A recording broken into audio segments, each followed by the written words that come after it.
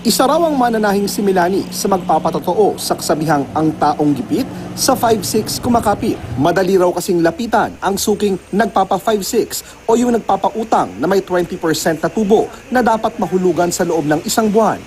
Kaya hindi raw siya sang-ayon sa sinabi ni Pangulong Duterte na dapat patayin ang sistemang ito. Hindi kasama mo na yun sa araw-araw mong pamumuhay. Makakatulong siya. Kasi yun yung madali. Once na nagsabi ka sa kanya na kukuha po ako ng ganito, bigay ka agad. Wala kang pipil-apan, wala kang ng etso-diretso. Bigay ka agad. Sinabi ng Pangulo na naawa na siya sa mga guro, sundalo at pulis na nababaon sa utang sa 5'6", kaya gusto na raw niyang tuldukan ito. Kung hindi ko mapatay ang sistema, yung nagdadala ng 5'6" na lang ang ating patayin. Mas madali, siguro. Nakausap namin ang isang nagpapautang na 5'6" na si Honey.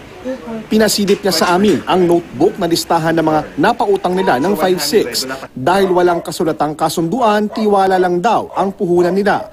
Pero totoo raw na may mga nabaon na sa 5'6". Tanong ni Honey, bakit kailangan daw silang ipadispatch siya ng Pangulo?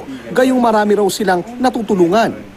Nakaka-insulto po kasi syempre kami kailangan lang gusto lang din namin tumulong, nilalapitan lang naman din kami ng mga tao. Meron naman daw alternatibo ang mga nais makautang sa pondo sa pagbabago at pag-asenso o P3 microfinancing program ng pamahalaan. 62,000 na yung borrowers, naka-release na tayo ng mga 2.4 billion. Our objective is to hit almost 30 billion worth of microfinancing. And we're looking for mga rural banks, cooperatives, credit delivery partners, micro financial institutions that will propagate these microloans.